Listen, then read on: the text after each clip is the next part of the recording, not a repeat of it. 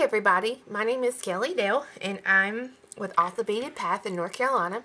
Today I'm going to teach you how to make a very easy earring using the vintage bindings and some Swarovski crystals. So for today's project, to do the complete pair of earrings, you're going to need 4 of these 20 by 20 square dapped filigree pieces. You're going to need 2 14mm Rivolis. I'm using the light rose. You're going to need 6 antique brass. I'm using the vintage head pins. You're going to need 10 of the 4mm antique gold jump rings. Again, vintage. You're going to need 4 4mm rose bicones, as well as 2 6mm light rose rounds, and then you're going to need a pair of vintage kidney ear wires. Now you can use the regular ear wires, but long earrings are in this year, so that's why I'm using them. But the earring is very easy to construct, and I'm going to zoom in a little bit here.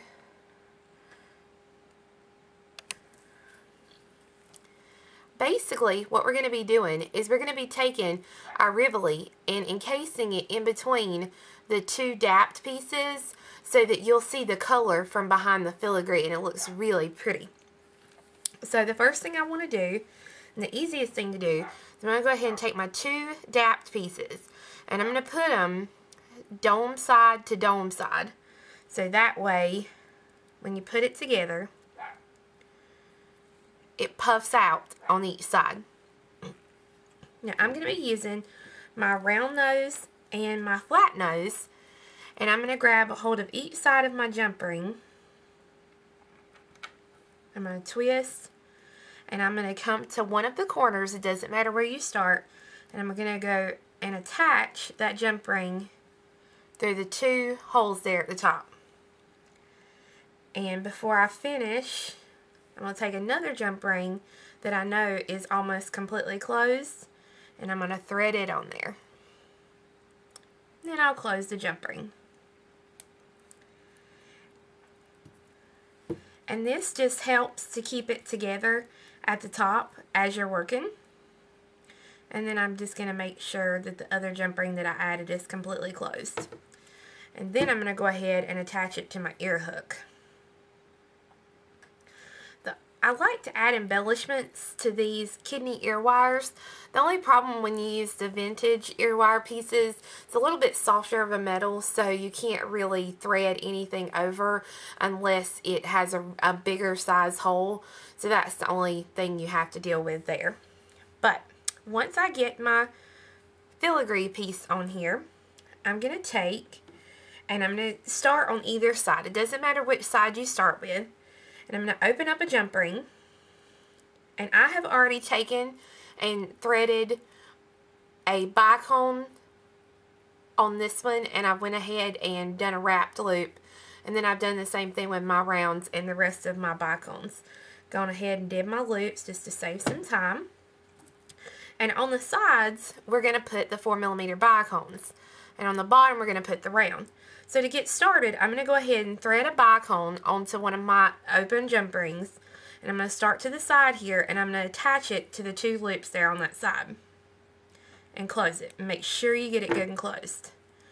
Now at this point, I'm going to make sure which side is up, and this side is up because I can see here how it's fixed. And I'm going to go ahead, I'm going to take my Rivoli, and I'm going to slide my Rivoli in between my 2 pieces of filigree. And I'm just going to kind of lay it down for just a second. I'm going to go ahead and open up my other jump ring and attach my other bicone to the jump ring. Now you have to be careful here, but if you'll just hold the 2 pieces together and then go ahead and connect it there with your 2 holes, then your filigree should stay pretty good in its place and not allow your Rivoli to fall out.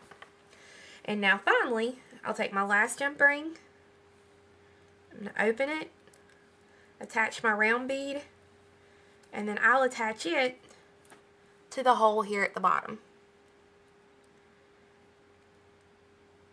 And close the jump ring. And then when I get done, I now have a beautiful filigree pair of earrings that'll be great for any occasion or wherever you want to wear them, with casual, with whatever. And like I said, they're really easy. So I hope you enjoyed this project.